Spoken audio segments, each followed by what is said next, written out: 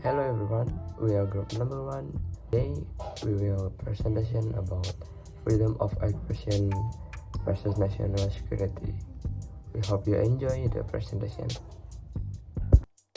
Freedom of expression versus national security. Where should the line be drawn? Case study, Tempo Magazine Intimidation, March 2025. This presentation examines how Democrat state should balance freedom of expression with claim of national security. The 2025 intimidation against Tempo Magazine, where a reporter received a big head after covering the draft armed force law, illustrate the danger faced by journalists reporting on sensitive political issues. The case raised critical questions about whether security concerns can be misused to suppress legitimate security by combining theory, data, and case-based analysis. This presentation argues that press freedom must remain central to Democrats' governance. The Tempo case serves as a contemporary example of how intimidation shapes public discourse. Roadmap. This presentation process through several sections.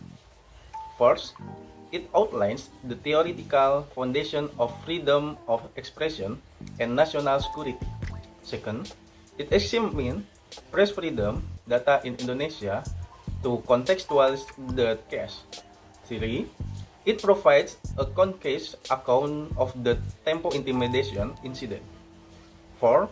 It applies a proportionality test to evaluate whether security concern justify restriction. Finally, it concludes with policy consideration and key reference. The goal is to define a principal boundary between legitimate security needs and impermissible suppression. Okay, the next theoretical concept, freedom of expression. Freedom of expression, as protected by Article 19 of the ICCPR, guarantees the right to seek, receive, and impart information. It is essential for transparency, public oversight, and journalistic inquiry. International law allows restriction only when they are lawful, necessary, and proportional. Critical reporting, especially on state institutions, receives the highest level of protection. When journalists face intimidation for their reporting, the right is effectively undermined. The Tempo incidents demonstrates how threat can chill democratic discourse. Okay, now I'm gonna talk about theoretical concept of national security and limitations. National security is a legitimate ground for limiting speech, but only under strict legal standards. Restrictions must be clearly defined by law and must genuinely protect security interests. Scholars warn that states often use security rhetoric to shield powerful institutions from criticism. When security arguments become overly broad, they risk delegitimizing public debate on military or political matters. A democratic society must treat national security as a narrow exception, not a blanket justification. The Tempo case reveals how sensitive reporting can be falsely framed as a security threat. Legal and scholarly frameworks. So the ICCPR, UN Human Rights Committee interpretations, and European Court of Human Rights jurisprudence provide clear standards for evaluating restrictions. These frameworks emphasize proportionality and the public interest value of journalism. Academic work such as Gunnar Tillich's analysis of speech restrictions warns against folk security claims. Indonesian scholarship also highlights the danger of military-related legislation operating without effective civilian oversight. Together, this source guide the assessment of whether intimidation or state pressures are permissible.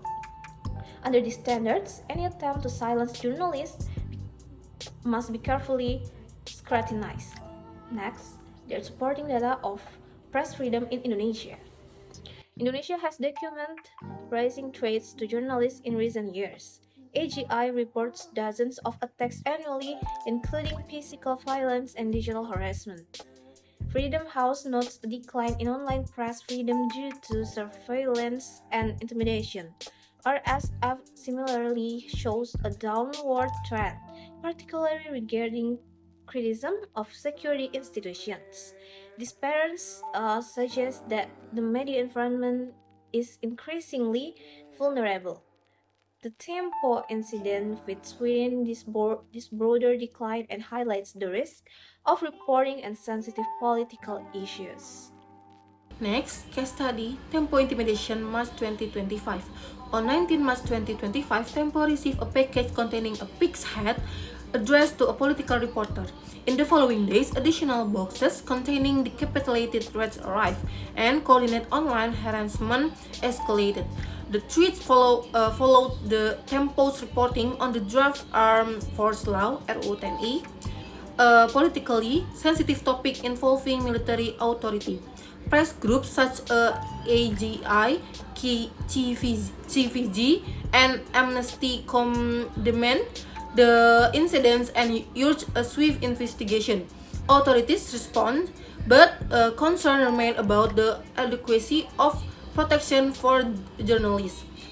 The symbolic nature of the tweets suggests an intention to silence critical coverage. Next, why the case matter? The Tempo case demonstrated how intimidation can suppress reporting on issues vital to public interest, particularly military policy. Such tweets have a ceiling effect, reading journalists to avoid sensitive topics. The incident also reflects broad regional trends where security narratives are used to justify pressure on the press. When intimidation is tolerated, democratic oversight weakness. Ensuring accountability requires the state to treat attacks on the media on serious violation. The case underscores the needs for stringent safeguards for investigative journalism. Next, analytical lens proportionality test. The proportionality test evaluates whether reactions on expression are justified. In this case, the journalist reporting posts on no the demonstrable threat to national security. Intimidation, by contrast, is unlawful and inherently disproportionate. It bypass the legal system and entirely and seeks the deter public interest. Reporting through fear under international law, such an interference cannot be justified as necessary. The Tempo incidents therefore represent an illegitimate restriction on expressive freedom. The failure highlights the risk of unregulated security narrative. Okay, next, security versus freedom. Finding the balance. Democratic societies must balance legitimate security needs with the imperative of open debate. Security argument cannot be allowed to eclipse the public's right to the scrutinize powerful institution. Research shows that states with the stronger press protection achieve better accountability even in national security sectors. The Tempo case signaled a drive toward securitization where criticism of military legislation is treated as threatening. Establishing clear limits prevent the normalization of intimidation. Sustainable security must be grounded in transparency, not silence. Okay, the last conclusion, the Tempo intimidation reflect of troubling attempt to suppress lawful journalism under the shadow of security concern. It undermines democratic debate, violates international standards, and threatens public access to information. National security cannot be used as a pretext for silencing criticism. Protecting journalists is a core requirement of democratic government.